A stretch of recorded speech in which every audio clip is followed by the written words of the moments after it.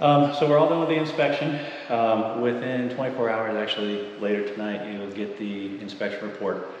That'll have all the issues called out and all the pictures in there that will help go along with the issues. One thing I'll mention, and we kind of talked about this already over the phone, as far as the aesthetic issues, blemishes, scratches, dings, dents, things like that. A lot of them, it looks like, were already called out during the walkthrough. But what I'll do is look for things that were not necessarily tagged and try to include those in the report as well. Like I say, the inspection itself is more looking for larger issues, but I tried to also look for the little aesthetic things for you as much as I could. So I won't call out all the specific things in the report that have already been tagged, but if there's something that hasn't been, I'll go ahead and include that in the report, if it's something that I happen to notice. The other thing, if there are holes in the wall, things like that, they've been tagged, I'm going to go ahead and include those in the report since it's a little bit bigger issue. So just kind of going in order of the report, the front door looks like it's already been tagged, but there's some blemishes in the paint on the panel just under the window next to the front door. In the front entry, along the top of the wall near the ceiling, and also in the back patio area, there's a few areas where it looks like there have been some caulking or stucco. Let's see if we can get there.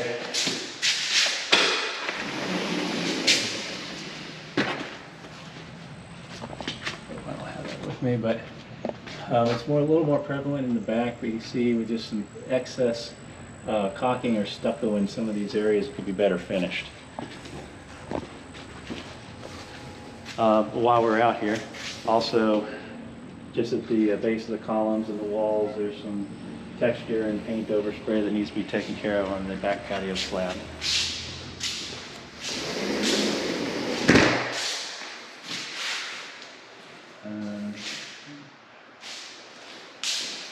It'll be difficult to see. There'll be a picture in the report. I don't know if you can catch it on the camera, but at the top of the columns, there's a gap going around the top of the columns that should probably be sealed, so I'd have the builder take a look at that area and make sure it's sealed up so you don't get moisture penetration. Also, all of the screens are missing, so they'll need to be installed prior to closing. And at the garage partition door, didn't see this called out, but there's some cracks in the grout along the base of the door. And then where we had in the kitchen and the dining area and the ceiling, where we've had some issues that look like it all stemmed from the leak from the master bathroom. I tested those for moisture, and in those areas the moisture level is above normal. So outside of just the visible issues that we're seeing, it's still holding moisture. So it's not just, it shouldn't be just them going in and just kind of repairing the texture. They probably need to do some drywall repair in that area too. If you just do texture, A, if it's still holding enough moisture, the texture is just going to continue to bubble. And B, if that moisture sits there long enough, I know you had concerns about mold. Mold usually takes a little while to grow. It's not something where there's wet today and mold tomorrow normally. But if they don't repair that area and it continues to hold moisture, that's where you can potentially have mold growing. We don't do specific tests for mold. That's a completely different testing. We're doing air quality samples, things like that. And in fact, unless we send things off to a lab, I can't even say the word mold. I have to say organic growth. But I'm not seeing any signs of that right now, any visible signs of it. So as long as they can take care of replacing or any repairs they need to do to the drywall in that area, you should be okay. I don't know if you can get a shot of this. I'll have a picture in the report. But with the orientation of the plugs, since the dishwasher plug has to go this way in order to be inserted, there's no room to plug the disposal in. But it is connected to the switch, so it's not just, you know, basically, oh, we can plug it in a different area. So I think they're going to have to replace the plug for the dishwasher.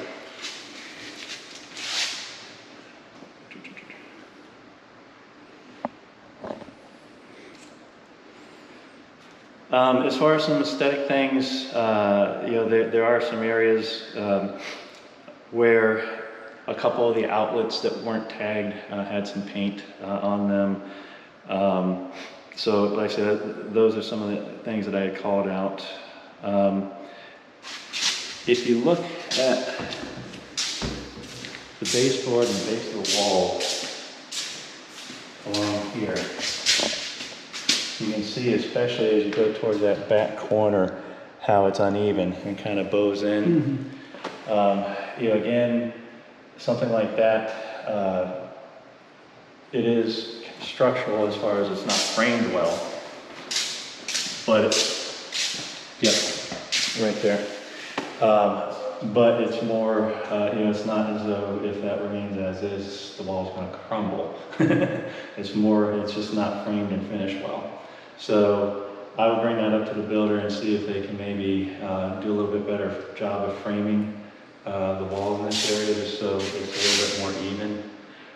Also, I noticed this in the back wall of the bedroom, first floor guest bedroom, the back wall of the front right guest bedroom, and the front wall of the master bedroom all kind of had a few areas where there was some unevenness at the base of it.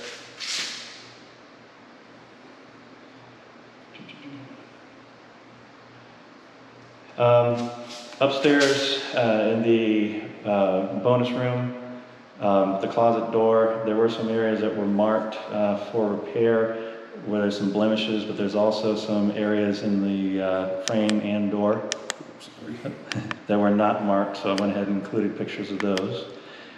There's some pinholes in the first floor bedroom closet frame that need to be repaired, and also the upstairs front right bedroom. It looks like they replaced the closet door that hasn't been painted yet.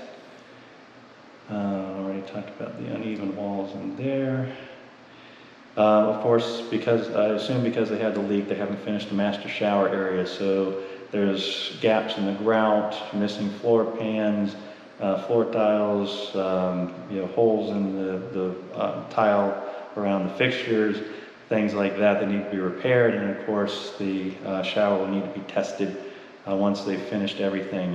You know, with it as is, I can't test it. And also because they had some leaking in that area, and it looks like there's some unfinished areas around that master bathtub. I didn't test the master bathtub either. I wanted to make sure that all that plumbing was repaired first, and so confirm with the builder basically that the shower, master bathtub, everything has been repaired and functioning and not leaking. Then of course all the grout in that area needs to be touched up where there's any gaps. If you want to follow me, let's take you upstairs. While we're here, it looks like, I assume this is why this is marked, but the banister, the corners are sharp, pretty much on every banister as you go up. Some of them, it looks like they rounded off a little bit better than others, sanding. You can just sand these and make them less sharp to make them a little bit more safe. Some builders will go ahead and put a notch in there and then sand the little edges to make them a little bit more blunt and not as sharp. So whatever they want to do to basically make that a little bit more safe and finish better.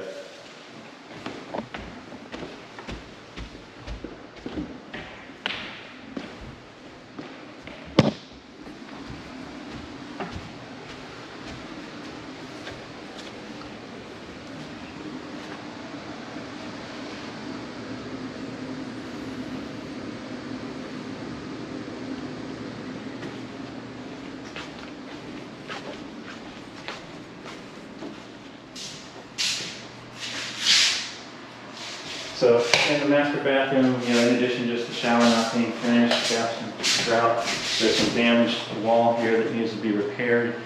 Again, any grout around these areas needs to be finished. Since this, excuse me, I didn't bring my flashlight with me. Since this cabinet is right next to the bathtub, I would recommend making sure that there's caulk run along the base of it.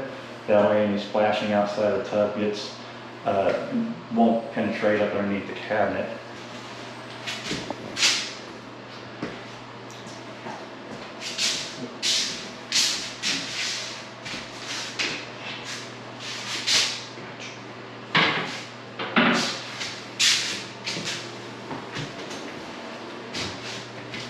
So of course the windowsill needs to be finished, but also I noticed that as they were installing the tile in this area, the tile is kind of runs uneven. It bulges out as it comes towards this wall. It looks like there's some extra gap in the tile here. So I'm not sure if the wall itself was not square, and that's why they had to kind of run extra mortar behind the grout or behind the tiles in order to pull them out so they would meet up with that wall. But I would have the builder further evaluate this area to make sure that the tiles are run nice and even and that no gaps exist behind them. Tiles need a solid base in order to be not possibly get damaged if there's any type of pushing or banging on the tile. So the builder needs to further evaluate that area and make sure that is better finished.